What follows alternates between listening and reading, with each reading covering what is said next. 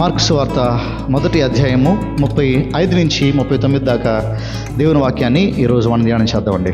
ఆయన పెందల కడనే లేచి ఇంకను చాలా చీకటి ఉండగానే బయలుదేరి అరణ్య ప్రదేశమునకు వెళ్ళి అక్కడ ప్రార్థన చేయించుండెను. సో ఇక్కడ 35 నుంచి 39 దాకా ఈ 5 వచనాలు మనం గమనిస్తేనండి, ఈ 5 వచనాల్లో మనం ఏం చూస్తామంటే యేసుక్రీస్తు యొక్క ప్రాధాన్యతలు మనం చూస్తాం. యేసుక్రీస్తు యొక్క ప్రాధాన్యతలు అనే మాటకు అర్థం ఏంటంటే ఆయన జీవితంలో ముఖ్యమైనది ఏంటి, ఆయనకి అది ప్రాధాన్యత. సో యేసుక్రీస్తు తన జీవితంలో దేనికి ఎక్కువ ప్రాధాన్యత ఇచ్చాడు, యేసుక్రీస్తు వారు తన జీవితంలో దేనికి ఎక్కువ విలువిచ్చాడు అనే విషయాన్ని ఈ 5 వచనాల్లో మనం గమనిస్తూ ఉంటామండి. 35వ వచనం మనం చూస్తే ఆయనంట ఇంకను చాలా చీకటిగా ఉన్నప్పుడే ఆయన బయలుదేరి అరణ్య ప్రదేశానికి వెళ్ళిపోయాడంట. ఆయన ఇది ఏ రోజు అంటే ఆయన బయలుదేరి బయటికి వెళ్ళిన రోజు ఏ రోజు అంటే ఆదివారం అండి. అంతకుముందు రోజు శనివారం, సబ్బాతు దినం. అది మనం గమనించాం. అంతకుముందు రోజు ఆయన సమాజ మందిరంలో ఆయన చాలా బోధించాడు చాలామందికి. 1వ అధ్యాయంలో కొంచెం ముందుకెళ్తే 29వ వచనంలో మీరు గమనిస్తే ఆయన సమాజ మందిరంలో, అంటే శనివారం ఆయన బోధించాడు సమాజ మందిరంలో. శనివారం పేతురు అత్తని ఆయన స్వస్థపరిచాడు. అంత మాత్రమే కాదు, అనేక దయ్యాల్ని వెళ్ళగొట్టాడు. సో శనివారం అంతా ఆయన ఎక్కువ ఏం చేశాడంటే చాలామంది స్వస్థపరిచాడు, చాలామందితో మాట్లాడాడు, చాలామంది దయ్యాల్ని వదలగొట్టాడు. సో శనివారం రాత్రి పూట దాకా, ఎంత టైం అయింది మనకు తెలియదు కానీ శనివారం అంతా ఆయన స్కెడ్యూల్ ఎలా ఉంది, ఆయన ఎంత బిజీగా ఉన్నాడంటే మీరు గమనించండి. అక్కడ ఒక మాట చూడండి ఒకసారి, 1వ అధ్యాయంలో 32 చూడండి అమ్మా, 32 చూడండి. సాయంకాలం ప్రొద్దుగుంకినప్పుడు జనులు వచ్చేసారంట ఆయన దగ్గర. 33 చూడండి ఒకసారి. పట్టణమంతయు, అంటే ఎంతమంది ఉన్నారో చూడండి ఒకసారి. ఎన్ని వేల మంది శనివారం సమయంలో యేసుక్రీస్తు వారు ఎన్ని వేల మందితో మాట్లాడాడు, ఎంతమందిని స్వస్థపరుచుంటాడు, ఎన్ని దయ్యాలు వదలగొట్టుంటాడు. ఆయన ఎంతో మినిస్ట్రీ శనివారం చేశారండి. అంటే శనివారం ఆయన ఎంతో భయంకరంగా వెలిసిపోయిన రోజు అది. ఎందుకు నేను ఈ మాట మీకు వివరిస్తున్నానంటే ఆయన షెడ్యూల్ అంతా, ఆయన టైం అంతా, శనివారం ఆయనకి క్షణం తీరిక లేదు. పేతురు ఇంటి దగ్గర, పేతురు అత్తగారింటికి వెళ్ళాడు శనివారం. సమాజ మందిరంలో ఉదయాన్నే బోధించి తర్వాత ఇంటికి వచ్చాడు పేతురు అత్తగారింటికి. పేతురు అత్తగారిని స్వస్థపరిచాడు. ఇంకా ఆయన స్వస్థపరిచాడు అని తెలియగానే ఆ గ్రామంలో, ఆ ఊర్లో అనేక మంది ప్రభు దగ్గరికి వచ్చారంట. అయ్యా మమ్మల్ని స్వస్థపరచు, నన్ను స్వస్థపరచు అని. ఎప్పుడు దాకున్నారు? సాయంత్రం అయిపోయింది, పొద్దుగుంకిపోయింది, రాత్రి అయిపోయింది. అది 12 అయిందో 11 అయిందో మనకు తెలియదు కానీ చాలా టైం అయిపోయింది. చాలామంది మనుషులతో యేసుక్రీస్తు వారు డీల్ చేశాడు. సో శనివారం రాత్రి అంత భయంకరంగా ఆయన కష్టపడి శనివారం అంతా, ఆదివారం ఎప్పుడు లేచారంట ఆయన? మీరు ఒక మాట గమనించాలి, పెందలకడ కాదు అక్కడ, దానికంటే ముందో మాట ఉంది. చాలా చీకటి ఉండగానే, ఏంటంటే అండి ఆయన ఇంకా చీకటి ఉండగానే, అంటే ఇంకా చీకటి ఉండదంటే టైం ఎంత అయి ఉండొచ్చు అంటారు? చీకటిగా ఉందంటే టైం ఎంత అయి ఉండొచ్చు అంటారు? సుమారుగా 3 లేదా 4 అయి ఉండొచ్చు. చూడండి, యేసుక్రీస్తు వారు మానవుడిగా ఈ భూమి మీద ఉండి మనిషి ఎంత అలసిపోయాడో అంత అలసిపోయి, ఇప్పుడు అలసిపోయిన ఒక మనిషి దేవునికి ఎంత ప్రాధాన్యత ఇచ్చాడో మీరు గమనించండి. ప్రార్థనకి ఎంత ప్రాధాన్యత ఇచ్చాడో మీరు గమనించండి. మీరు చూడండి, ఆ మాట ఆయనకంట అది అలవాటు అయిపోయిందంట. అది ఒక వాడుక యేసుక్రీస్తు వారికి. ఆయన సహజ గుణం, ప్రొపాన్సిటీ అంటారు దాన్ని ఇంగ్లీష్లో. అది ఆయనకు ఒక సహజ గుణంలా తయారైపోయింది. అంత బిజీ షెడ్యూల్లో అంత కఠినమైన పని శనివారం ఆయన చేసి, ఆదివారం ఉదయం నేను రెస్ట్ తీసుకుంటాను, నిన్నంతా బాగా పనిచేశాను కదా, నిన్న చాలా అలసిపోయాను కదా, ఈరోజు కొంచెం నేను రెస్ట్ తీసుకుంటాను అనుకోవట్లే యేసుక్రీస్తు వారు. ఓ గంట లేటుగా ప్రార్థన చేసుకుంటా అనుకోవట్లే యేసుక్రీస్తు వారు. శనివారం ఎంతో భయంకరంగా అలసిపోయాడు. ఆదివారం ఉదయాన్నే సుమారుగా 3 గంటలు పడుకున్నాడు, 4 గంటలు పడుకున్నాడు మనకు తెలియదు. కానీ చాలా తక్కువ టైం ఆయన పడుకుని ఎక్కువ సమయాన్ని ఆయన ప్రార్థనకి ఇచ్చాడు. ఇది మనం గమనించుకోవాలి. మీరు గమనించాల్సిన ఇంకొక మాట ఉంది అక్కడ, ఆ 35వ వచనంలో చూడండమ్మా. ఆయన బయలుదేరి ఏం చేశారంట? అరణ్య ప్రదేశమునకు వెళ్ళి. రెండో విషయం మనం 35వ వచనంలో గమనించాల్సింది ఏంటంటే, ఆయన మనుషులందరికీ దూరంగా వెళ్ళిపోయి, ఎవరికి డిస్టర్బెన్స్ లేకుండా, ఎవరిని లేపకుండా, ఎవరిని కంగారు పెట్టకుండా ఆయన ఒక నిశ్శబ్ద ప్రదేశంలోకి వెళ్ళిపోయి, ఆయన ఏకాంత ప్రదేశంలోకి వెళ్ళిపోయి ఆయన ప్రార్థన చేయటం మనం చూస్తూ ఉంటాం. ఈరోజు గమనించాలి ఈ మాట మనం అందరం. యేసుక్రీస్తు వారు ఏం చేశారు? ఉదయకాలం లెగిసి ఏం చేశాడు? ఆయన అందరికి దూరంగా వెళ్ళిపోయాడు. పేతురు ఇంట్లో అప్పటికి శిష్యులు ఉన్నారు, వాళ్ళ అత్తగారు ఉన్నారు, ఇంకా బయట వాళ్ళు కూడా ఉండొచ్చు ఆ రోజు. ఎందుకంటే చాలా మంది స్వస్థపరిచేశాడు అప్పటికే. సో ఎవరిని డిస్టర్బ్ చేయలేదు. ఉదయకాలం లెగిసిపోయాడంట. 3 గంటలు 4 గంటలకి వెళ్ళిపోయి ఆయన ఏం చేసుకుంటున్నాడు? ఒక్కడే ఏకాంతంగా ప్రార్థన చేసుకుంటున్నాడు. ఈ మాట మనం చాలా గమనించాలి. నేను ఈరోజు మీకు చాలా వచనాలు చూపించగలను. లూకా సువార్త 2వ అధ్యాయం కానీ, మార్కు సువార్త 16వ అధ్యాయం కానీ, మత్తయి సువార్త 6వ అధ్యాయం కానీ, చాలా అధ్యాయాల్లో రిపీటెడ్గా పదే మనం చూస్తున్న విషయం ఏంటో తెలుసానండి? యేసు సమయం దొరికినప్పుడల్లా ప్రార్థన చేశాడు. యేసయ్య ఏం చేశాడంట? సమయం దొరికినప్పుడల్లా ఆయన ప్రార్థన చేస్తానే ఉన్నాడు సమయం దొరికినప్పుడల్లా. ఇప్పుడు జాగ్రత్తగా ఈ మాటను ఆలోచించేద్దామండి. యేసయ్యని వెంబడించే మనం ఏం చేయాలి? ఇప్పుడు ఈరోజు యేసుక్రీస్తు దగ్గరికి నేను ఎందుకు వచ్చాను? ఈ మాటను ఒకసారి గమనించుకుందాం మనందరం. ఈరోజు యేసయ్య దగ్గరికి మీరు ఎందుకు వచ్చారు? నేను ఎందుకు వచ్చాను? మనందరము ప్రభు దగ్గరికి ఎందుకు వచ్చాం? ఎందుకు వచ్చాను తెలుసా? మనలాగా మనం ఉంటానికి రాలేదు. జాగ్రత్తగా నా మాట వినండి. మనలాగా మనం ఉండటానికి రాలేదు, కానీ యేసులాగా మారటానికి మనం వచ్చాం. దేవునికి మహిమ కలుగును గాక. దేనికోసం వచ్చాం మనం ఇక్కడికి? నాకులాగా నేను ఉంటానండి, నాకులాగా నేను ఉంటాను అంటాక నేను రాలేదు ఇక్కడికి. కొంతమంది స్టేటస్లు పెట్టుకుంటూ ఉంటారు యవనస్తులు, నా ఇష్టం, నాకులాగా నేను ఉంటాను, నన్ను ఎవడు ఆపేది. ప్రభు దగ్గరికి నేను ఎందుకు వచ్చావంటే, నాకులాగా నేను ఉండటానికి, నీకులాగా నువ్వు ఉండటానికి రాలేదు. నువ్వు నేను కలిసి క్రీస్తులాగా మారడానికి వచ్చాం. దేవునికి మహిమ కలుగును గాక. ఇప్పుడు చెప్పండి, నా జాగ్రత్తగా నా మాట వినండి. ఇప్పుడు నేను ఆయనలాగా మారాలి అంటే మొట్టమొదటిగా నేను చేయాల్సిన పని ఏంటి తెలుసా? ప్రార్థన చేయాలి. ప్రార్థన చేయాలి. మత్తయి సువార్త 6వ అధ్యాయం 6వ వచనం చూడండి ఒకసారి. మత్తయి సువార్త 6:6 చూడండి ఒకసారి. నీవు ప్రార్థన చేయనప్పుడు నీ గదిలోనికి వెళ్ళి తలుపులు వేసుకుని రహస్యమందున్న నీ తండ్రికి నీవు.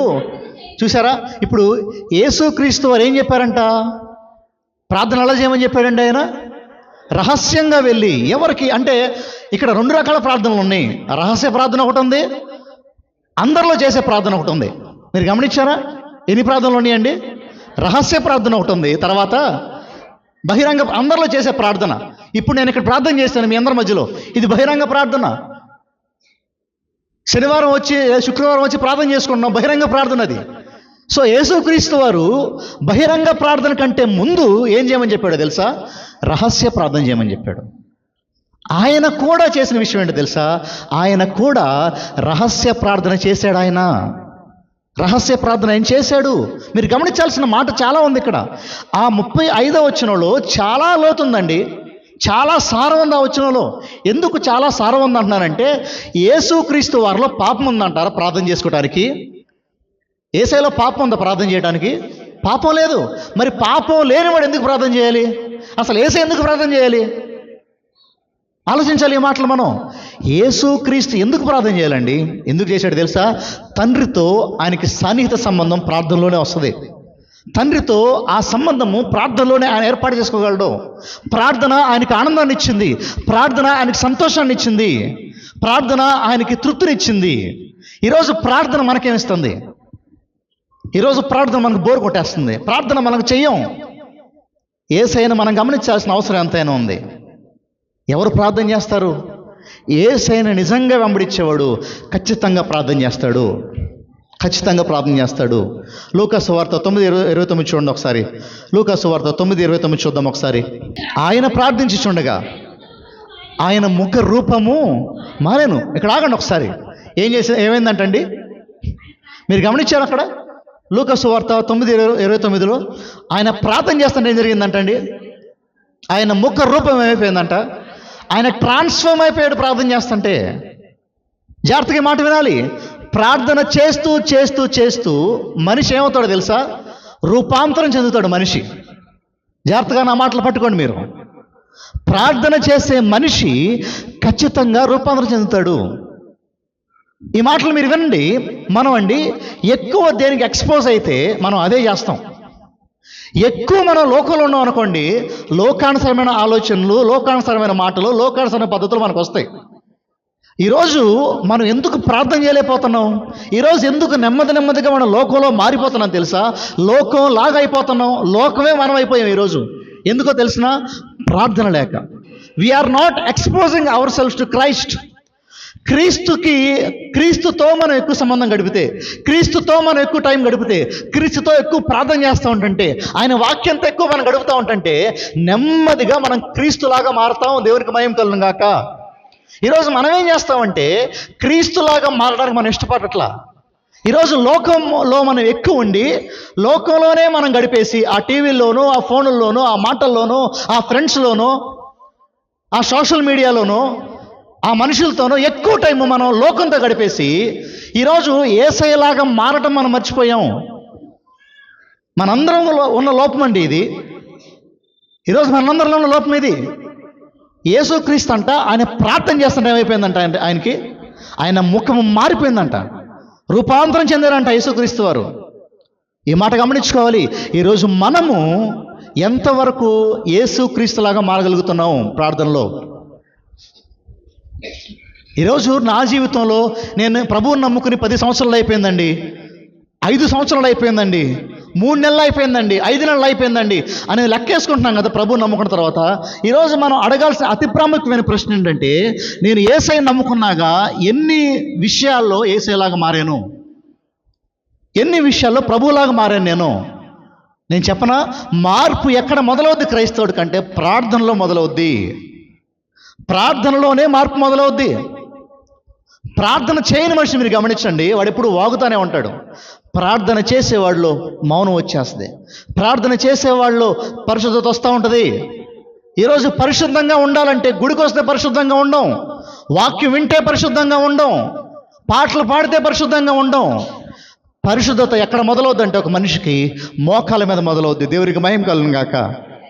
ఈరోజు మీకు అర్థమవుతుందా? జేసీ రైల్ అనే ఒక ఆయన ఈ విధంగా ఒక మాట అంటాడు. ఏంటంటే ఆయన ఒక కొటేషన్ చెప్పాడు. ఒక పెద్ద కొటేషన్ నేను చదువుతాను, జాగ్రత్తగా వినండి. ఎన్నడూ ప్రార్థన చేయని తరంలో మనం ఉన్నాం. ఆయన కొటేషన్ చెప్తాను, ఆయన పలికిన మాటలు నేను చెప్తాను. ఈరోజు చాలామంది బాప్తిజాలు తీసుకుంటున్నారు, ప్రభు బల్లారాధనలో పాల్గొంటున్నారు, దేవుని వాక్యాన్ని ఎంతగానో వింటారు, ఎన్నో ప్రార్థనా కూటాలకు అటెండ్ అవుతారంట, ఎన్నో ప్రార్థనా కూటలకు వస్తారంట. కానీ ప్రార్థన చేయకపోతే నిజంగా మనం క్రైస్తవులవేనా? నిజంగా మనం క్రైస్తవులవేనా? క్రైస్తవుల దేవుడు ప్రార్థించే దేవుడు, క్రైస్తవుల ప్రభువు ప్రార్థించేవాడు. ఆయనకి ప్రార్థన లేని శిష్యులు ఎలా ఉంటారు? జాగ్రత్తగా నా మాటలు ఆలకించండి. మరలా చదువుతాను ఆ స్టేట్మెంట్ నేను. క్రైస్తవుల దేవుడు అంటే యేసుక్రీస్తు వారు ప్రార్థించేవాడు. ఆయనకి ప్రార్థన లేని శిష్యులు, ప్రార్థన లేని వెంబడించేవారు ఆయనకి ఎలా ఉంటారు? తర్వాత చదువుతాను, జాగ్రత్తగా వినండి. పరిశుద్ధాత్మ మనల్ని ప్రార్థనకు ప్రేరేపిస్తాడు. నీలో నాలో ఉన్న పరిశుద్ధాత్మ దేవుడు మనల్ని ప్రార్థనకు ప్రేరేపిస్తాడు. ఒకవేళ మనం అలా చేయలేకపోతున్నామంటే వారు క్రీస్తు లేనివారు, దేవుడు లేనివారు, వారి నాశనంలోనికి, వారి మోసంలోనికి వారు వెళ్ళిపోతున్నారు. జాగ్రత్తగా గమనించండి. ఈరోజు యేసయ్యని నమ్ముకుంటున్నాం అని చెప్పుకుంటున్నాం. మనం ఒక్కసారి కూడా ప్రార్థన చేయం రోజులో, ఒక్క క్షణం కూడా ప్రార్థన చేయం రోజులో మనం. పైగా మనం ఏం చెప్పుకుంటాం తెలుసా? నేను క్రైస్తవుడినండి అని చెప్పుకుంటాం. ఏ నడుచుకుంటానో, ఏ కూర్చుండో, ఏ మోకరించో, ఎక్కడో ఒక్కడ రోజులో ఒక క్షణమన్నా మనం ప్రార్థన చేస్తామంటే ఈరోజు అనేక మంది ప్రార్థన లేని క్రైస్తవులు ఎక్కువైపోయారు. దేవుని వాక్యం కానీ భక్తులు కానీ సూటిగా చెప్పే మాట ఏంటంటే, ప్రార్థన లేకపోతే, పరిశుద్ధంగా లేకపోతే ఈరోజు మనం క్రైస్తవులుగా పిలువబడటం అసంభవం, అసాధ్యం. ఈరోజు మనల్ని మనం మోసం చేసుకుంటున్నామండి చాలా వరకు. ఇలాంటి వారు ఎక్కువైపోయారు సంఘాలు ఈరోజు. ప్రార్థన లేని వారు ఎక్కువైపోయారు సంఘాలు ఈరోజు మనం చాలా శ్రద్ధగా ఆలకించాల్సిన మాట ఉంది. ప్రార్థన లేకుండా ఈరోజు మనం క్రైస్తవుడిగా బతకలేము. మీరు అనుకుంటున్నారేమో గుడికి వస్తే క్రైస్తవులు అయిపోతారని, మీరు అనుకుంటున్నారేమో పాటలు పాడితే ఆరాధన చేస్తే క్రైస్తవులు అయిపోతారని. పాటలు పాడిన, ఆరాధన చేసిన, వాక్యం విన్న, పర్సనల్గా మీరు ప్రభు దగ్గర మోకరించి వ్యక్తిగతంగా మీరు ప్రార్థన చేయకపోతే ఈరోజు నీవు కానీ నేను కానీ క్రైస్తవులు అవ్వము. మన భక్తి బూటకమైన భక్తి అయిపోద్ది. ఈరోజు నేను చాలా కరాఖండితంగా చెప్పగలను, నేను చాలా గట్టిగా చెప్పగలను, ఇక్కడికి వచ్చిన 90% మందికి వ్యక్తిగత సంబంధం దేవునితో లేదు. మీ అనుదిన ప్రార్థనలో మీ వ్యక్తిగతంగా మీ భార్యకు తెలియకుండా మీరు, మీ భర్తకు తెలియకుండా మీరు పర్సనల్గా ప్రభువుకు ప్రార్థన చేశారు ఎప్పుడన్నా? ఈరోజు మనం చెప్తాం, మా దగ్గర టైం లేదండి, మా దగ్గర అంత పెద్ద ఇల్లు లేదండి, మా ఇంట్లో చాలా ఎక్కువ మంది ఉన్నారండి. యేసుక్రీస్తు వారి ఇంట్లో కూడా చాలా ఎక్కువ మంది ఉన్నారు. ఆయన ఏం చేశాడు? ఈరోజు మీరు అరణ్యంలోకి గట్టి మీదకి వెళ్ళాల్సిన అవసరంలా, ఉదయాన్నే 5 గంటల గుడిలోకి వచ్చి మీరు ప్రార్థన చేసుకునే అవకాశం దేవుడు మీకు ఇచ్చాడు. ఒకడు వస్తాడు, పుష్పరాజు నాకు ఆయన వస్తాడు, వస్తే రిబ్కా గారు వస్తారు, అంతే. మీ ఇంట్లో కుదరలేదు మరి మీకు ప్రార్థన చేసుకోవడానికి, మరి చర్చిలో కుదురుతుందిగా ప్రార్థన చేసుకోవడానికి. మరి మీకు అవకాశం దేవుడు ఇచ్చాడు కదా మీకు. మీకు వస్తే తాళం ఏమని చెప్పారు ఎవరన్నా? ఈరోజు మనం ఏంటంటే, where there is will there is వే. మనసు ఉంటే ఏముంటుందంట? ఈరోజు మనకు మనసు లేదు ప్రార్థన చేయాలని, కాబట్టి మనకు మార్గం మనం ఎత్తుకోం. ఒక భక్తుడు ఇలా అంటాడు, before day break God should break us అంటాడు. ఇదిగో రోజు తొలి దినం మన జీవితంలోకి రాకమునిపే దేవుడు మనల్ని విరవాలి అంటాడు. ఈరోజు ప్రార్థన లేకుండా మన జీవితాన్ని మొదలు పెడితే, ప్రార్థన లేకుండా మన రోజును మొదలు పెడితే ఏమవుతుందో తెలుసా? ప్రతి విషయంలో అపజయం ఉంటుంది. ఈరోజు మానవుడి సమస్య ఏంటంటే, అపజయం మానవుడికి అలవాటైపోయి నా జీవితం ఇంతేనేమో అనుకుని ప్రార్థన లేకుండా గడిపేసుకుని వెళ్ళిపోతున్నాం. శ్రద్ధగా నా మాట రిపీట్ చేస్తాను, మళ్ళీ వినండి.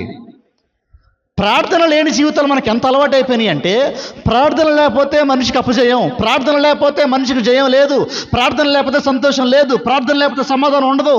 ఈరోజు మనిషి అలవాటు పడిపోయాడు ఆ జీవితానికి, సమాధానం లేని జీవితానికి, సంతోషం లేని జీవితానికి, జయం లేని జీవితానికి మనిషి అలవాటు పడిపోయి నా జీవితం ఇలానేనేమో అనుకుంటున్నాడు మనిషి ఈరోజు. కానీ ప్రార్థన చేస్తే జీవితంలో మార్పు మొదలవుద్ది. ప్రార్థన చేస్తే దేవుని జ్ఞానం వస్తుంది, ప్రార్థన చేస్తే దేవుని బలం వస్తుంది, ప్రార్థన చేస్తే దేవుని జయం నీకు వస్తుంది. ఈరోజు అది వదిలేసాం. డే ఫస్ట్లో నువ్వు చేయాల్సిన పని ప్రార్థన చేయాలి. కీర్తన గ్రంథం చూద్దాం ఒకసారి. కీర్తనలు 5వ అధ్యాయం 3వ వచనం చూద్దాం ఒకసారి. 5వ కీర్తన 3వ వచనం చూద్దాం ఒకసారి. యెహోవా ఉదయమున నా కంఠస్వరము నీకు వినబడును, ఉదయమున నా ప్రార్థన నీ సన్నిధిని సిద్ధము చేసి కాచి ఉందును. చూసారా, దావీదు చేస్తున్న ప్రార్థన. అయ్యా, ఎర్లీ ఇన్ ద మార్నింగ్, ఉదయకాల సమయంలో నేను నీకు ప్రార్థన చేస్తాను నీ సన్నిధిలో. నేను ఇంకో మాట గమనించాలి అక్కడ. ఈరోజు మనిషి పరిశుద్ధంగా ఎలా తయారవుతాడు? మనిషి పరిశుద్ధంగా ఎలా తయారవుతాడు?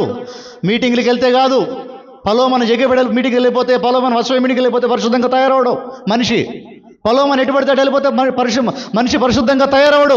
మనిషి పరిశుద్ధంగా తయారవ్వాలంటే అది నీ ఇంట్లోనే జరుగుద్ది, అది నీ మోకాల మీద జరుగుద్ది. నువ్వెన్ని వాక్యాలు విన్నా, ఎన్ని పాటలు పాడినా అది జరగని విషయం. ఈరోజు మానవుడు పవిత్రత ఎందుకు కోల్పోయాడు? ఈరోజు మానవుడు పరిశుద్ధంగా ఉంటే ఎందుకు కోల్పోయాడు? ఈరోజు మానవుడు ప్రార్థన కోల్పోయాడు కాబట్టి ఇవన్నీ కోల్పోయాడు. ఈరోజు మనం గమనించాల్సిన మాట ఇది. ఈరోజు మన జీవితంలో నిజంగా జయం ఉందా? ఈరోజు నిజంగా ఏ పాపాన్ని ఈజీగా జయించగలుగుతున్నావు? నువ్వు నీ జీవితంలో పాపాన్ని జయించలేకపోతున్నావు. నీ జీవితంలో మిగిలిన విషయాలు జయం లేదు. ఎక్కడా సమాధానంగా ఉండలేకపోతున్నావు, ఎవరిని క్షమించలేకపోతున్నావు. ఈరోజు ఇవన్నీ నీలో నాలో ఎందుకు ఉన్నాయి అంటే, ఒకే ఒక కారణం, వీఆర్ నాట్ ప్రేయింగ్. ప్రార్థన చేసేవాడు క్షమిస్తాడు, ప్రార్థన చేసేవాడు జయిస్తాడు, ప్రార్థన చేసేవాడు ప్రేమిస్తాడు, ప్రార్థన చేసేవాడు ప్రభులాగా మారుతూ ఉంటాడు. ఈరోజు మనతో ఉన్న సమస్య ఏంటంటే, వీఆర్ నాట్ ప్రేయింగ్. మనం ప్రార్థించే క్రైస్తవులం కాదు, పేరు పెట్టబడిన క్రైస్తవులు అంతే. ఈరోజు పేరు పెట్టబడిన క్రైస్తవులకు ప్రభువుకు అవసరం లేదు, ప్రార్థించే క్రైస్తవులు మాత్రం ప్రభువుకు కావాలి. నేను ప్రార్థించడం అంటున్నా అని చెప్పి మీరు అదేదో అలవాటు ప్రార్థన చేసుకోవద్దు మీరు దయచేసి. ప్రార్థన ఒక జపం కాదు, ప్రార్థన జపమాలు కాదు. ఇలా కొంతమంది ప్రార్థన నేను గమనిస్తూ ఉంటానండి. కొన్ని ప్రార్థనలు 5 సంవత్సరాలకు ముందు వాళ్ళు ఎలా ప్రార్థన చేశారో ఇప్పటికీ ప్రార్థన అలాగే ఉంటుంది, ఏ మార్పు ఉండదు. కానీ రోజు ప్రార్థన చేస్తారు. అది కాదు ప్రార్థన. ప్రార్థన మైండ్ నుంచి రాకూడదు, ప్రార్థన హార్ట్ నుంచి రావాలి, నా హృదయం నుంచి రావాలి. నేను నాకు బాగా ఇష్టమైన వాళ్ళతో ఎలా మాట్లాడతాను హృదయంతో, నేను నాకు బాగా దగ్గర వాళ్ళతో నా హృదయం ఎలా మాట్లాడతానో దేవునితో నేను అలాగా అనుదినము మాట్లాడగలగాలి. So that is prayer. Yesu Kristu నీకు నాకు మాదిరిగా ఉంచి చూపించాడు ఆ ప్రార్థనని, మాదిరిగా ఉంచి చూపించాడు ఆ ప్రార్థనని. ఇంకా ఆ 35వ వచనం మీరు గమనించాల్సిన కొన్ని ప్రాముఖ్యమైన విషయాలు ఉన్నాయండి. అదేంటంటే, ఆయన నిద్రకు ప్రాధాన్యత ఇవ్వలేదు. దేనికి ఇవ్వలేదు ప్రాధాన్యత? ఆయన ఈరోజు నీవు నేను దీని ముందు తేలిపోతాం మనం ఈ మాట ముందు. ఆయన దేనికి ప్రాధాన్యత ఇవ్వలేదండి? నిద్రకి ప్రాధాన్యత ఇవ్వలేదు, ఆయన ప్రార్థనకు ప్రాధాన్యత ఇచ్చాడు. తన శరీరాన్ని పక్కన పెట్టేశాడు, తన ఆత్మని ముందు పెట్టాడు. నీకు అర్థమైందా? నీకు అర్థవలసిన మాట ఇది. ఈరోజు మానవుడికి అతి ముఖ్యమైనది శరీరమా ఆత్మ? చెప్పాలా? అర్థం కావట్లేదు నా మాట మీకు? మనిషిలో ఏముందండి? మనిషిలో జీవాత్మ ఉదేడు దేవుడు. ఇప్పుడు ఆ ఆత్మతోనే పని నీకంతా. పరలోకి వెళ్ళాక ఈ శరీరం పాడైపోద్ది, దేవుడు మహిమ శరీరాన్ని నీకు ఇస్తాడు. పరలోకి వెళ్ళిన తర్వాత నీ ఆత్మ చెదిరిపోదు. ఇప్పుడు దేవునిలో బలంగా ఉండాలంటే నా శరీరం మాట వినకూడదు నేను. ఎవరి మాట వినాలి? ఎవరి మాట వినాలి నేను? ఆత్మ మాట వినాలి. అదేంటి బాబు, నాతో దెయ్యాలు మాట్లాడితే అనుకోవద్దు మీరు. ఉద్దేశం ఏంటంటే ఉదయం 5 గంటలు లేకండి, ఒకసారి ఎన్ని గంటలు లేకండి? 5 గంటలు లేకండి. లెగిస్తే పురుషుల గురించి చెప్తాను నేను. 5 గంటలకు లెగిస్తే ప్రార్థన చేసుకోవాలనిపిస్తుంది. ఆ ప్రేరేపణ ఎవరు? ఆత్మదేవుడు ఇస్తాడు. ఆ ప్రేరేపణ ఎవరు ఇస్తారు? శరీరం ఏం చెప్పుద్ది? చలేస్తుంది, కొంచెం దుప్పట్లు లాక్కుని పడుకో, కొంచెం పైకి లాక్కో అని చెప్పి శరీరం ఏం చెప్పుద్ది? ఎవరు మాట వింటాను నేను ఇప్పుడు నీటిలో? అంటే నన్ను చెప్పమాకండి, మిమ్మల్ని కూడా పెట్టుకోండి దాంట్లో. ఎవరు మాట అంటారు మీరు దాంట్లో? సో మీకు అర్థమైందా? యేసయ్య శరీరానికి మాట విన్నాడా? మరి యేసయ్యకి అలసిపోలేదా యేసయ్య? ఆ ముందు రోజంతా కొన్ని వేల మందితో మాట్లాడటం. అంటే గలిలయ ప్రాంతం అంట, ప్రతి ఊర్లో సుమారుగా 12,000 నుంచి 15,000 మంది జనం ఉంటారంట. ఎంతమంది ఉంటారు? 12,000 నుంచి 15,000 జనం ఉంటారంట. కనీసం ఆ 12,000-15,000లో ఈయన దగ్గరికి 2,000 మంది వచ్చిండ్రా రోజుకి. 2,000 మందితో ఒక మనిషి ఒకడే మాట్లాడాడంటే, ఒకడే మాట్లాడాడంటే అలసిపోడా? ఈరోజు ఆయనకు మైకులు ఉన్నాయి మనలాగా, అరిసి మాట్లాడాలి. మరి అంత అలసిపోయిన మనిషి ఏం చేశారంట ఉదయకాల సమయం లేచి? అంటే శరీరాన్ని పక్కన పెట్టాడా, ఆత్మను ముందు పెట్టాడా? ఆత్మను ముందు పెట్టేశాడు. ఈరోజు మనం ఏం చేస్తామంటే శరీరాన్ని ముందు పెడతాం, ఆత్మ వెనక్కి తోస్తాం. అదేందా? Why we are failing? ఎందుకు మనం ఫెయిల్ అయిపోతున్నాం అంటే ఒకే ఒక కారణం, we are giving more priority to body, not to soul. ఎక్కువ ప్రాధాన్యత మనం ఇదిగో శరీరానికి ఇస్తున్నాం, కానీ ఎవరికి ఇవ్వట్లేదు? ఆత్మకి ఇవ్వట్లేదు. అంత మాత్రమే కాదు, యేసుక్రీస్తు ప్రార్థన మీరు గమనించండి. ఆయన ప్రార్థన స్టైల్ గమనించండి మీరు. ఆయన ఎప్పుడు ప్రార్థన చేసిన ఏం ప్రార్థన చేసేవాడు? ఆయన తండ్రి అని ప్రార్థన చేశాడు. ఎలా ప్రార్థన చేశాడు ఆయన? అందరూ కలిసి ఎలా ప్రార్థన చేసేవాడు ఆయన? ఇప్పుడు ప్రార్థన చేసిన ఎలా సంబోధించేవాడంటే మిక్కిలి పరలోకపు ఆ మాటలేమో వాడలేదు ఆయన. చాలా ప్లెయిన్గా, చాలా సింపుల్గా, కొన్ని పదాలు అర్థం కాని పదాలు ఆయన వాడలేదు. ఆయన చాలా ప్లెయిన్ ఫార్మేట్లో, సింపుల్ ఫార్మేట్లో ఆయన ఏమన్నాడు?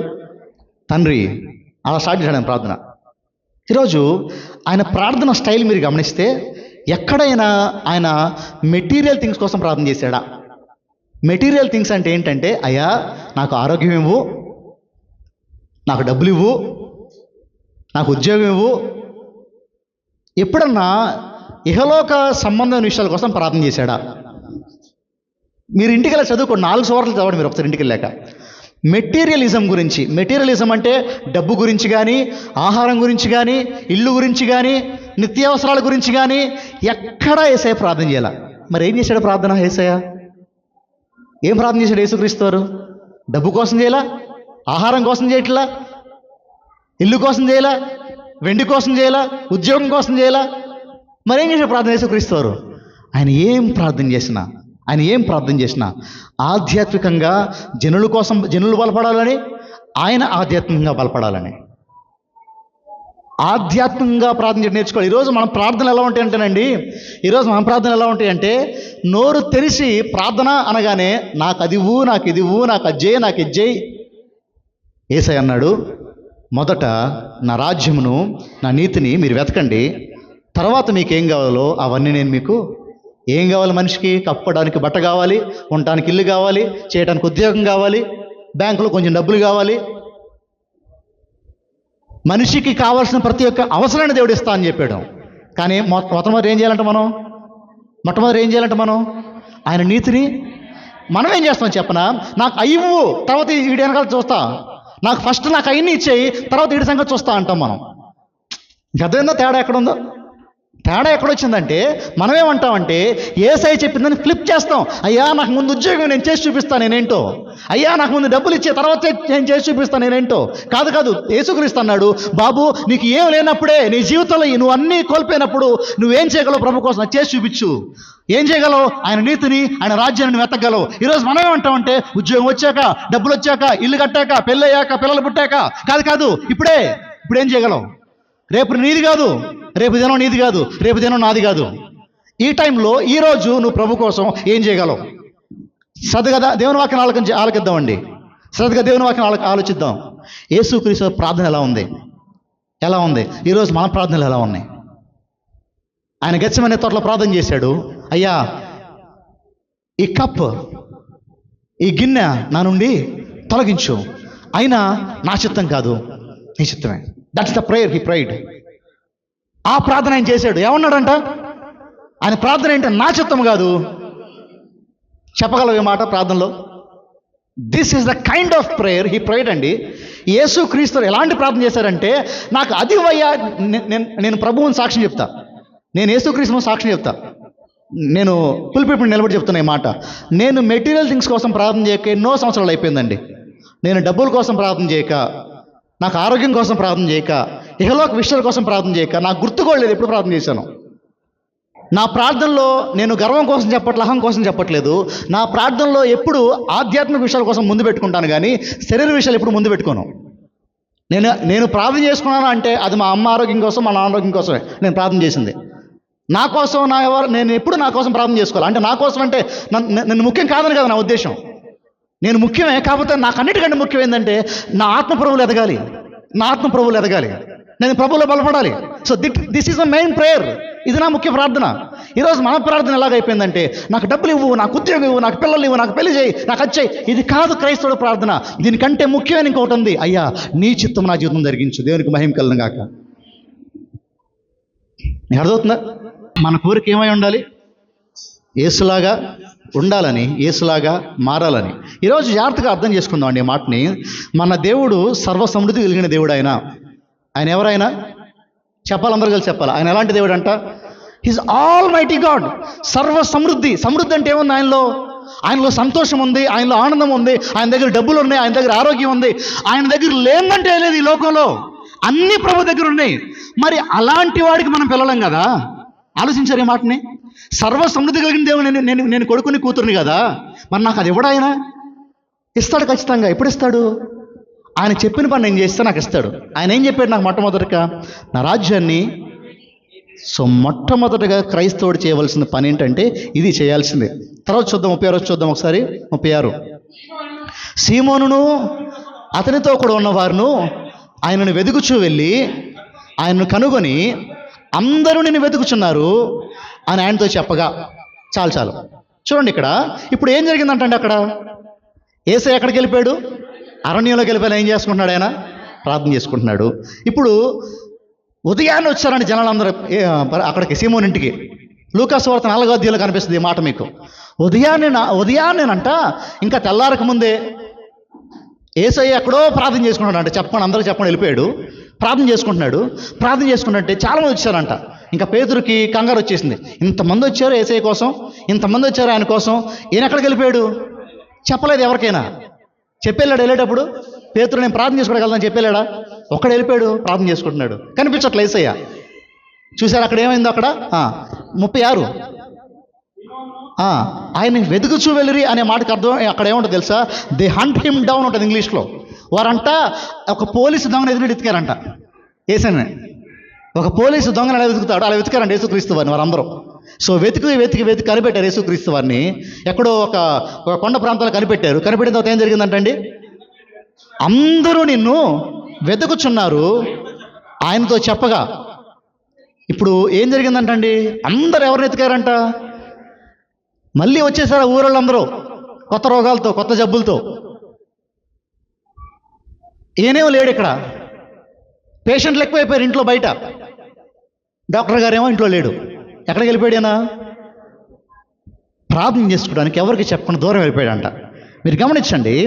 ఇప్పుడు యేసుక్రీస్తు వారు కాండి ప్రజాదరణ కానీ పాపులారిటీకి కానీ ఫేమ్కి కానీ ఎక్కడా ప్లేస్ ఇవ్వలేదు ఆయన, ఎక్కడా స్థానం ఇవ్వలేదు ఆయన. ప్రజల్లో గొప్ప పేరు కానీ, అందరూ వచ్చారు కాబట్టి యేసయ్య వెళ్ళాలని కానీ, ప్రజల ముందు గొప్ప అయిపోవాలని కానీ యేసయ్య తన జీవితంలో ఒక క్షణం కూడా ఆలోచించలేదు. యేసయ్య సమాధానం మీకంటే అర్థమవుద్ది దాని తర్వాత. నువ్వు రా యేసయ్య అంటే యేసయ్య రాడు అక్కడికి, వాళ్ళ మధ్యలోకి ఆయన రాడు, వాళ్ళ మధ్యలోకి. అసలు ఒక ప్రశ్న అడుగుదామండి, ఒక ప్రశ్న అడుగుదాం. ఇప్పుడు పేతురు మిగిలిన శిష్యులు యేసు ప్రభు దగ్గర ఎందుకు వచ్చి ఉంటారు? లేదంటే ఆ ఊర్లో వాళ్ళు కూడా యేసయ్య దగ్గరికి ఎందుకు వచ్చి ఉంటారు? ఎందుకు వచ్చారు చెప్పనా? స్వస్థ కోసం వచ్చారు, ఆరోగ్యం కోసం వచ్చారు, ఆహారం కోసం వచ్చారు. దీనికోసం కాకుండా ఇంక దేనికోసం వచ్చి ఉంటారా? మీకు అర్థమవుతుంది ఆ మాట? చూద్దాం ఒకసారి లూకాసు తీయండి, ఒకసారి లూకాసు వార్త 4వ అధ్యాయం తీయండి ఒకసారి. అదే మాట చదివిస్తాను మీతో. లూకాసు వార్త 4వ అధ్యాయం తీయండి ఒకసారి. ఉదయమైనప్పుడు ఆయన బయలుదేరి అరణ్య ప్రదేశమునకు వెళ్ళెను. జనసమూహము ఆయనను వెతుకుచు ఆయన యొద్దకు వచ్చి మమ్మను విడిచిపోకుండా ఆపేశారంట ఆయన్ని. మీరు గమనించండి, అక్కడ జనులందరూ వచ్చారంట. ఎవరి దగ్గరికి వచ్చారంటే జనులందరూ ఎందుకు వచ్చారు? పాయింట్ అది, నేను అడగాల్సిన విషయం అది. ఎందుకు వచ్చారు వాళ్ళందరూ? ఎందుకు వచ్చారంటే వారందరూ అయ్యా మాకు ఆరోగ్యం ఇవ్వు, మాకు అన్నం పెట్టు, మాకు అది చెయ్యి, మాకు ఇది చెయ్యి అనే వచ్చారు. కానీ అయ్యా మాకు ప్రసంగం చెప్పు, మా జీవితాలని మార్చు అని వచ్చారు ఆ ప్రభు దగ్గరికి. వాళ్ళు జాగ్రత్తగా మాట అర్థం చేసుకోండి. ప్రభు దగ్గరికి మనం ఎందుకు రావాలి? మనం ఎందుకు వచ్చాం? ఆ రోజు ప్రభు దగ్గరికి వాళ్ళు ఎందుకు రావాలి? వాళ్ళు ఎందుకు వచ్చున్నారు? ఈ రెండు విషయాలు జాగ్రత్తగా ఆలోచన చేయండి ఈ మాటని. ప్రభు దగ్గరికి వాళ్ళు ఎందుకు రావాలంటే, అయ్యా ఇంకొకసారి ప్రసంగం చెప్పు మాతో, ఇంకొకసారి మాతో మాట్లాడు, మా జీవితాలను మార్చు, మా పాపాలు తీసివేయి. ఇందుకోసం రావాలి. వారు ఎందుకు వచ్చారు చెప్పనా? మాకు ఉద్యోగం ఇప్పించు, మాకు అనారోగ్యం ఉంది, ఆరోగ్యం ఇవ్వు, మాకు ఆకలేస్తుంది, మాకు కడుపు నింపు, 5 రొట్టెలు 2 చేపలు 5,000 మందికి పంచు. దీనికోసం వచ్చారు? అద్భుతం కోసం వచ్చారా? జీవితం మార్పు కోసం వచ్చారా? మీకు స్పష్టంగా ఏం అర్థం కావాలి సంగమా? యేసుక్రీస్తు దగ్గరికి వారు అద్భుతం కోసం వచ్చారా? జీవితం మార్పు కోసం వచ్చారా? అద్భుతం కోసం వచ్చారు. వాళ్ళు అద్భుతం కోసం వచ్చారు. ఈరోజు కూడా 199 మంది యేసయ్య ఎందుకు కావాలంటే ఆయన అద్భుతాలు చేసేవాడు, ఆయన ఆరోగ్యం ఇచ్చేవాడు, ఆయన అప్పులు తీసేసేవాడు, ఆయన పిల్లల్ని ఇచ్చేవాడు, ఆయన పెళ్ళిళ్ళు చేసేవాడు, ఆయన ఉద్యోగాలు ఇచ్చేవాడు. అందుకే యేసయ్య కావాలంటాం మనం. యేసయ్య అందుకు కాదు నీకు నాకు కావాల్సింది. వాటన్నిటికంటే పైన ఇంకోటి ఉంది, నిత్య జీవం. అది వాటన్నిటికంటే పైన ఇంకోటి ఉంది, యేసయ్యలాగా మారటం. ఈరోజు అది నీకు నాకు కావాలి. అది ఉందనుకోండి, ఆటోమేటిక్గా అన్ని నేను వెనకాల పరిగెత్తుకుంటూ వస్తాయి. అది ఉంటే. అదే లేదనుకోండి, నువ్వు ఏడుస్తానే ఉంటావు నీ జీవితాంతం. సో మొట్టమొదటిగా మనకు కావాల్సింది ఏంటో తెలిసిన? ఆ రోజు జనులు ఎందుకు వచ్చారంటే తప్పుడు ఉద్దేశంతో వచ్చారు, సరైన ఉద్దేశంతో రాలా. ఏదో ఒకటి చేయి, మాకు ఏదో ఒకటి చేయి. చేయకపోతే యేసయ్య అంత మంచి అలాంటి నీచుడు ఇంకెవలేడు అంటారు. చేస్తే అయ్యో నీ అంత గొప్పడెవడు. చిన్న ఎగ్జాంపుల్ అండి, చిన్న ఉదాహరణ. యేసయ్య దగ్గర అద్భుతాలు పొందుకున్నారు, యేసయ్య దగ్గర ఆశ్చర్యకారాలు పొందుకున్నారు, వాళ్ళందరూ కలిసి యేసయ్యని సిలువేశారు. నీకు అర్థమైందా? యేసయ్య దగ్గర ఎవరు అద్భుతాలు పొందుకున్నారో, యేసయ్య దగ్గర ఎవరు స్వస్థత పొందుకున్నారో, ఎవరు యేసయ్య దగ్గర తిన్నారో వాళ్ళే యేసయ్యని ఏం చేశారు? సిలువేయి చంపేయి యేసయ్యని చంపేశారు. ఇప్పుడు చెప్పండి, అద్భుతం మనిషిని మార్చదు. యేసయ్య దగ్గరికి అద్భుతం కోసం వచ్చానా? నేను తప్పుగా వచ్చాను యేసయ్య దగ్గరికి. అసలు రాకూడదు. అలాగ నేను ఎందుకోసం రా యేసయ్య దగ్గరికి? నేను నా జీవితం మార్చు, నా కుటుంబాన్ని మార్చు, మాకు పరలోకాన్ని దయచేయి. This is the ultimate purpose. ప్రభు దగ్గర రావాల్సిందే. కానీ వారు అలా రాలేకపోయారు. మీరు ఇంకొక మాట గమనించాలి, యేసుక్రీస్తు వారు జనులు ఎక్కువగా వచ్చారు ఆయన దగ్గరికి. జనుల మాట విన్నాడా? తండ్రి చిత్తం చేశాడా? మీరు గమనించండి ఆ మాట. చూడండి ఒకసారి. వచ్చేయండి ఆ మాటకు వచ్చేయండి. 37కి వచ్చేయండి. ఆయన ఇతర సమీప గ్రామముల్లోనూ నేను ప్రకటించవలసి ఉన్నది కదా, వెళుదాము రండి, ఇంద్రిమత్యమే కదా నేను బయలుదేరి వచ్చుతున్న వారితో. ఇప్పుడు చెప్పండి, యేసయ్య జనులు ఉన్న దగ్గరికి వెళ్ళాడా, కొత్త ప్లేసులకి వెళ్ళాడా? మీకు అర్థమైంది అక్కడ? అది చదవండి, మీకు అర్థమవుద్ది. యేసుక్రీస్తు వారు జనులందరూ పోగైపోయారు దగ్గర. రా మా దగ్గరికి రా, స్వస్థపరచు, పెద్ద మీటింగ్ పెట్టి మా దగ్గరకు వచ్చి, ఇప్పుడు యేసు ఏమంటున్నాడు? మీరు ఆగండి, నేను ఎక్కడికి వెళ్తాను? వేరే ఊరికి వెళ్తాను, వేరే ప్రదేశానికి వెళ్తాను. ఇక్కడ మనం పట్టుకోవాల్సిన ఇంకొక మాట ఉందండి. యేసుక్రీస్తు వారు పాపులారిటీని, ఫేమ్ని పట్టించుకోలేదు అక్కడ. అంటే పేరుని, గొప్పని ఎక్కడ పట్టించుకోవాలి యేసుక్రీస్తు వారు. ఆ రోజు యేసుక్రీస్తు వారు కాళ్ళదన్నారు. దేని కాళ్ళదన్నారు తెలుసా? కాళ్ళతో తనేసాడు ఆయన యేసుక్రీస్తు ఆ రోజు. దేని తన్నాడంటే ఆయనకు పేరు అవసరం లేదు, ఆయనకు జనుల ముందు గొప్ప అవసరం లేదు. కానీ ఈరోజు మనం ఏం చేస్తున్నామంటే, మనకి పేరు కావాలి. ఈ లోకంలో ఉన్న పాస్టర్లకి వారికి గొప్ప పేరు కావాలి, పాపులారిటీ కావాలి, ఫేమ్ కావాలి. యేసయ్య ఏది వద్దనుకున్నాడో ఈరోజు అదే కావాలనుకుంటున్నాం. యేసయ్య ఏది కావాలనుకున్నా ఈరోజు అది వద్దనుకున్నాం. యేసయ్య ఏం వద్దనుకున్నాడు? ఫేమ్ వద్దనుకున్నాడు, పరువు ప్రతిష్టలు వద్దనుకున్నాడు. యేసయ్య ఏం కావాలనుకున్నాడు? దైవభక్తి కావాలనుకున్నాడు. ఈరోజు మనం ఏం కావాలనుకుంటున్నాం? పేరు కావాలి, కానీ ఏమొద్దు? దైవభక్తి వద్దు. ఇలా ఉండకూడదు, ఇలా ఉండకూడదు. శ్రద్ధగా దేవుని వాక్యం ఆలకిద్దాం సంగమా. ఎలా ఉండాలంటే మొట్టమొదటిగా ఇదిగో మనకి మనుషుల ముందు పేరు కాదు, మనుషుల ముందు పేరు కాదు, మనకి ఏం కావాలి? దైవభక్తి కావాలి అని ఆలోచన చేసుకోవాలి మనం. తర్వాత చూద్దామండి. గలిలయ అందంతటా వారు సమాజ మందిరములో ప్రకటించుచు దెయ్యములు వెళ్ళగొట్టుచు ఉండెను. చాలండి. చూడండి హౌ కమిటెడ్ హీ వాజ్. యేసుక్రీస్తు వారు తను వచ్చిన పని కోసం ఎంత కమిట్మెంట్గా ఉన్నాడో మీరు గమనించండి. ఎంత కమిటెడ్గా ఉన్నారో గమనించండి మీరు. యేసుక్రీస్తు వారు ఆయన వచ్చిన పని ఏంటో ఆయనకు అర్థమైంది. ఆయన చాలా ఫోకస్డ్గా ఉన్నాడండి. జనులందరూ కూడుకున్నారు ఒక దగ్గర. మీకు అర్థమయ్యేలాగా చెప్తాను ఈ మాట నేను, ఎందుకంటే ఇది మీకు అర్థం కాకపోతే వేస్ట్ అయిపోతుంది విషయం. అర్థంలో చెప్తాను వినండి. ఇప్పుడు ఉదాహరణకి ఒక ప్లేస్లో ఒక 5,000 మంది కూడుకున్నారు మీటింగ్ కోసం. ఎంతమంది వచ్చారండి మీటింగ్ కోసం? 5,000 మంది వచ్చారు. పాస్టర్ గారు ఎక్కడికి వెళ్ళాలి? 5,000 మంది కలిసి వార్త చెప్పాలా, వాక్యం చెప్పాలా, స్వస్థపరచాలా? కొత్త ఊరిలోకి వెళ్ళి ఎవరు లేని దగ్గరికి వెళ్ళి వాక్యం చెప్పి రావాలా? మన లెక్కలో మాట్లాడితే ఎలా రావాలి? 5,000 మంది దగ్గరికి వెళ్ళి మీటింగ్కి వచ్చారు కాబట్టి అక్కడికి వెళ్ళాలి. యేసయ్య ఏం చేశాడు తెలుసా? 5,000-6,000 మంది ఒక ఇంట్లో కూడుకుంటే అక్కడికి వెళ్ళలేదు ఈయన అన్నాడు, నా పని స్వస్థపరచడం కాదు, నా పని ఇది కాదు. అందరి ప్రాంతాలకు వెళ్ళి నేనేం చేయాలి? సువార్త ఇది నా ముఖ్యమైన పని. ఆయన మనుషుల్లో పేరు కోసం వచ్చేవాడు అనుకోండి, అక్కడికి వెళ్ళి ఉండేవాడు 5,000 దగ్గరికి వెళ్ళి వాక్యం చెప్పి స్వస్థపరిచేవాడు. కానీ ఆయనకి పేరు అవసరంలా, ఆయన గొప్ప అవసరంలా. ఆయనకేం కావాలి? దేవుని చిత్తం కావాలి. ఆయనకి ఫోకస్డ్గా ఉండాలనుకున్నాడు. ఫోకస్డ్గా ఉన్నాడు ఆయన. ఆఖరికి ఈ మాటలు చెప్పి నేను ముగిచ్చేస్తాను. అపోస్తుల కార్యము 6వ అధ్యాయం 4వ వచనం చేయండి ఒకసారి. అపోస్తుల కార్యము 6:4 చేయండి ఒకసారి. అప్పుడు అండి శిష్యులందరికి అర్థం కాల యేసయ్య ఎందుకు వచ్చాడు అనే విషయం అర్థం కాల. శిష్యులు అడుగుతున్నారు, నువ్వు రా, అక్కడికి రా, నువ్వు వచ్చి వాక్యం చెప్పాలకి, నువ్వు వచ్చి స్వస్థపరచాలి, నువ్వు రా, ఇక్కడ ఉండమాకు అంటున్నారు. ఇప్పుడు శిష్యులకు అర్థమైంది. యేసయ్య చనిపోయి తిరిగి లేచిన తర్వాత శిష్యులకు అర్థమైంది యేసయ్య ఎందుకు వచ్చాడని. తర్వాత చూడండి అక్కడ, అయితే మేము ప్రార్థన యందును వాక్య పరిచర్య యందును ఎడతెగక ఉందు. పేతురు అంటున్న మాట ఇది. ఎవరు అంటున్న మాట ఇది? పేతురు అంటున్న మాట. ఎంతమంది పేతురే ఉన్నాడు, నువ్వు రావయ్యా, వచ్చి స్వస్థపరచు.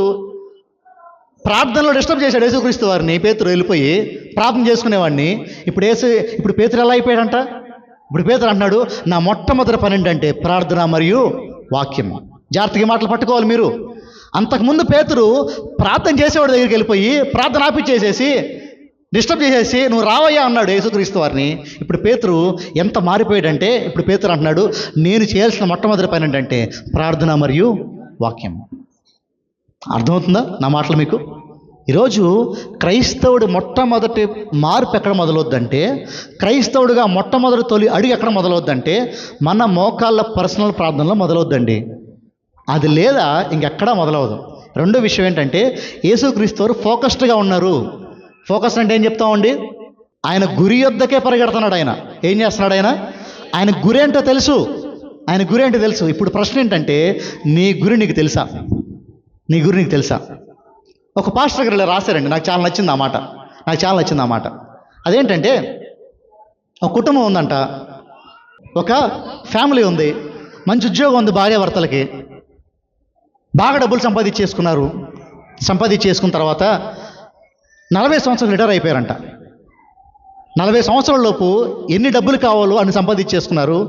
40 సంవత్సరాలకి భార్య భర్త రిటైర్ అయిపోయారు. ఒక మంచి ల్యాండ్ కొనుక్కున్నారు, చుట్టూ పెద్ద ఫెన్సింగ్ వేయించేసుకున్నారు, చెట్లు పెంచేసుకుంటున్నారు, పిల్లలతో ఆడుకుంటున్నారు, హాయిగా బతుకు గడుపుతున్నారు. కాలక్రమేణా చనిపోయారు. ఇది ఒక జీవితం. ఇది మంచి జీవితం కాదంటారు. అది మంచి జీవితం కాదంటారు. అది అంతకుమించి ఇంకా కావాలి జీవితానికి. హాయిగా డబ్బులు ఉన్నాయి, భార్య పిల్లలు ఉన్నారు, సమృద్ధి ఉంది, మనవాళ్ళు అందరూ ఉన్నారు, పెద్ద కాంపౌండ్ ఉంది, హాయిగా బతికేస్తున్నారు, చనిపోయారు. ఇంకొక బతుకు ఉంది, ఎప్పుడూ ప్రభు కోసం కష్టపడుతూనే ఉన్నాడు ఆ మనిషి. ప్రభు కోసం భార్యను వదిలేయాల్సి వచ్చింది కొన్నిసార్లు, ఇంట్లో మీటింగ్లకు వెళ్ళేటప్పుడు ప్రభు కోసం పిల్లలను వదిలేసి వచ్చింది కొన్నిసార్లు, ప్రభు కోసం అప్పుల పాలైపోయాడు, ప్రభు కోసం కష్టపడిపోతున్నాడు, ప్రభు కోసం చాలా చేస్తున్నాడు, శ్రమిస్తున్నాడు. ఇప్పుడు చెప్పండి, ఈ రెండు కుటుంబాలు ఏ కుటుంబం ఉంది? ఒక కుటుంబం ఏమో ప్రభు కోసం అని వదిలేసుకున్నారు, నష్టపడిపోయారు. ఇంకో కుటుంబం సమృద్ధిగా ఉంది, హాయిగా ఉంది, ఎంజాయ్ చేస్తాం జీవితాన్ని, లైఫ్లో. ఏ కుటుంబం బాగుంది మీకు? ఏ కుటుంబం బాగుంది మీకు? నేను చెప్పనా, అందరికీ పైకి చెప్పకపోయినా ఇదే నచ్చుద్ది. ఎందుకంటే సుఖంగా, సంతోషంగా, ఆనందంగా ఉంది కాబట్టి కుటుంబం. ఈ కుటుంబంలో సుఖ సంతోషాలు లేవు. ప్రభు కోసం కష్టం ఉంది, ప్రభు కోసం శ్రమ ఉంది, ప్రభు కోసం ఓర్చుకోవటం ఉంది. ఇప్పుడు చెప్పనా, ఆ పాస్టర్ గారు చాలా బాగా రాశాడు ఈ సన్నివేశం మొత్తాన్ని. ఈరోజు క్రైస్తవ్యానికి అర్థం కాని విషయం ఏంటంటే, పరలోకం ఇక్కడే కోరుకుంటాం మనం, ఈ లోకంలో. అది తప్పు. ఈ లోకంలో శ్రమ మనకున్న అర్థమైనా సరే నాకు శ్రమ వద్దనుకుంటాం. పరలోకంలో అసలైన సంతోషం ఉంది, అది మనం కోరుకోవాలి. ఈరోజు గురి లేనోడు ఏం చేస్తాడో చెప్పనా, గురి లేనోడు ఏం చేస్తారంటే ఈ లోకంలో సుఖాన్ని కోరుకుంటాడు. గురి కలిగినోడు ఏం చేస్తానంటే, గురి ఏంటంటే నాకు ప్రభువే గురి. నువ్వు ఉద్యోగం చేస్తున్నా, నువ్వు చదువుకుంటున్నా, నువ్వు స్కూల్లో ఉన్నా, నువ్వు వ్యాపారం చేస్తున్నా, ఎవడైనా సరే నువ్వు, నీ గురి ఏంటంటే ఏసైలాగా మారటం, ఏసై సేవ చేయటం, ఏసై కోసం బ్రతకటం. ఇదే నీ గురి. ఈ గురి నీకు కనుక తెలియలేదనుకోండి, నువ్వు ఈ లోకంలో సుఖం కోరుకుంటావు. ఈ గురి నీకు అర్థమైందనుకోండి, ఏసైలాగా గురి వద్దకు పరిగెడతావు. అలాంటి గొప్ప జీవితాన్ని, శ్రేష్టమైన జీవితాన్ని ప్రభు మనకు దయచేయను గాక.